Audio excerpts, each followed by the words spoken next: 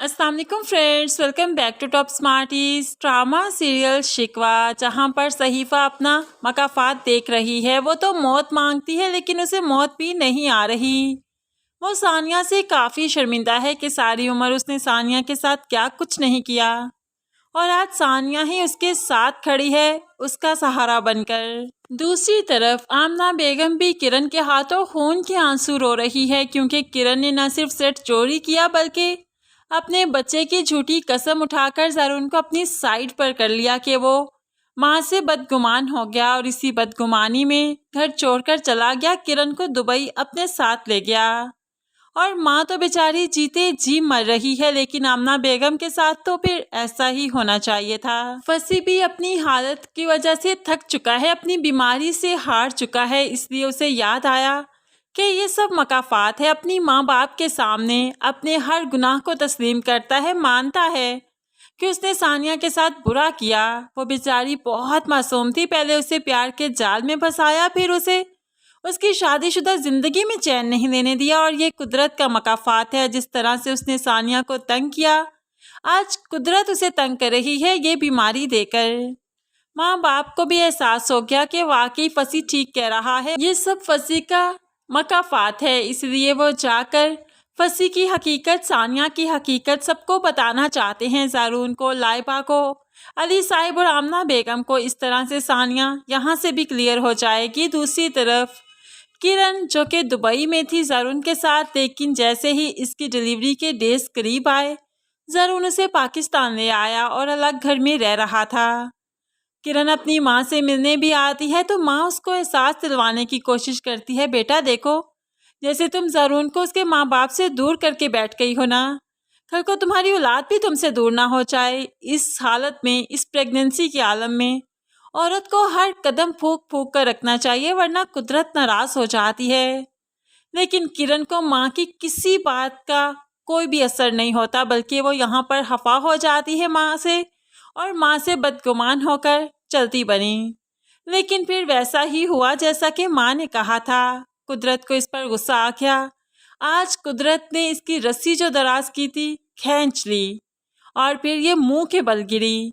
इसका यहीं पर एक्सीडेंट हो गया। घर वालों को मालूम पड़ा, भागते हुए गए, लेकिन यहाँ पर बच्चा नहीं बच सका।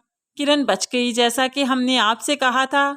किरण तो जिंदा रहेगी, लेकिन इसका बच्चा नहीं बच पाएगा, और एक माँ के लिए ये अजियत उसे रोज मारती है, जीते जी मारती है कि उसने क्या ही किया। किरण तो पागल हो जाएगी कि उसने अपने बच्चे की झूठी कसम खाई थी, इसलिए उसका ये अंजाम हुआ।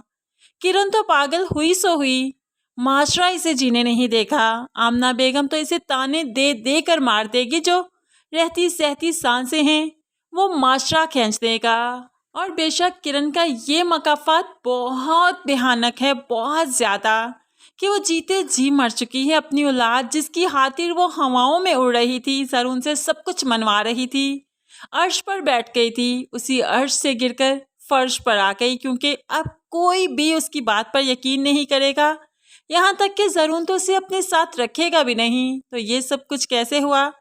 झूठी कसम की वजह से। ये इसका मकाफात है, जो कि लोगों के साथ बुरा करती आई, तो क्या इसके साथ बुरा नहीं होना था? लोग अपनी खुशी में खुदा को भूल बैठते हैं, और फिर खुदा ऐसी आजमाइश देता है, ऐसा दुख देता है, और वो खुद को याद करवा ही लेता है। बेशक वो कुदरत है, वो हर चीज़ पर कादिर है, क्या कुछ नहीं कर सकती।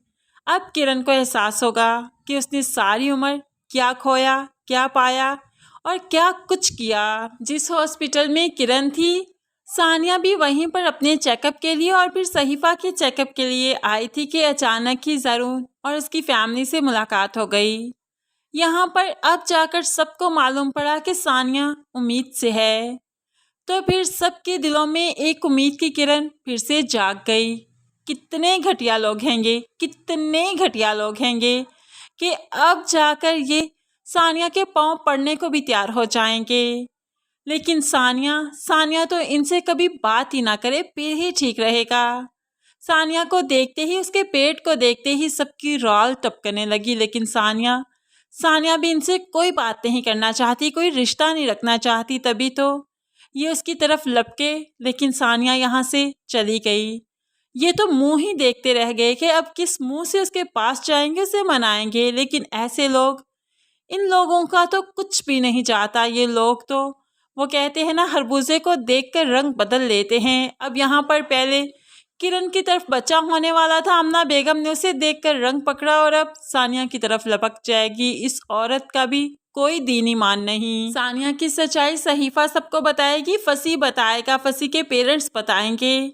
इस तरह से सबको मालूम पड़ेगा कि सानिया कितनी अच्छी थी और आमना बेगम को फख्र होगा कि उसने कितनी अच्छी बहू का इंतखाब किया था। जो उस पर थू थू करती थी अब उसे गले से लगाने के लिए बेताब हो जाएगी। सानिया इन्हें भी जल्दी से माफ़ कर देगी जैसे सहीफा को कर दिया, लेकिन सानिया को इन्हें माफ़ नहीं करना चाहिए, ज़रून को तो बिल्कुल भी नहीं।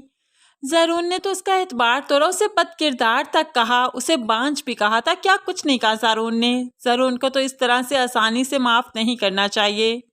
बाकी रिश्तों का क्या है, बाकी रिश्तों से इतना गहरा ताल्लुक़ नहीं जितना ज़रून से है, और इंसान हमेशा अपनी नाराज़गी अपने गहरे ताल्लुकात वाले रिश्तों से ही शो करता है। तो सानिया को ज़रून के साथ इतनी आसानी से पैचअप नहीं करना चाहिए। ज़रून ने भी क्या कुछ नहीं किया, किरण को लेकर अलग हो गया और अब भी अलग हो गया था। सानिया को तो वो पूछ ही नहीं रहा था, हालांकि मालूम भी पड़ गया था कि वो जेवर किरण ने चोरी किया, फिर भी एक बार भी वो सानिया के पास नहीं गया, उस पर एतबार शो नहीं किया, फसी के मामले में भी एतबार शो नहीं किया। तो फिर इसको माफ़ी क्यों मिलनी चाहिए? हमें तो ज़रून का मकाफात भी चाहिए। ज़रून भी बहुत बुरा टॉक्सिक करैक्टर लिखा है राइटर ने।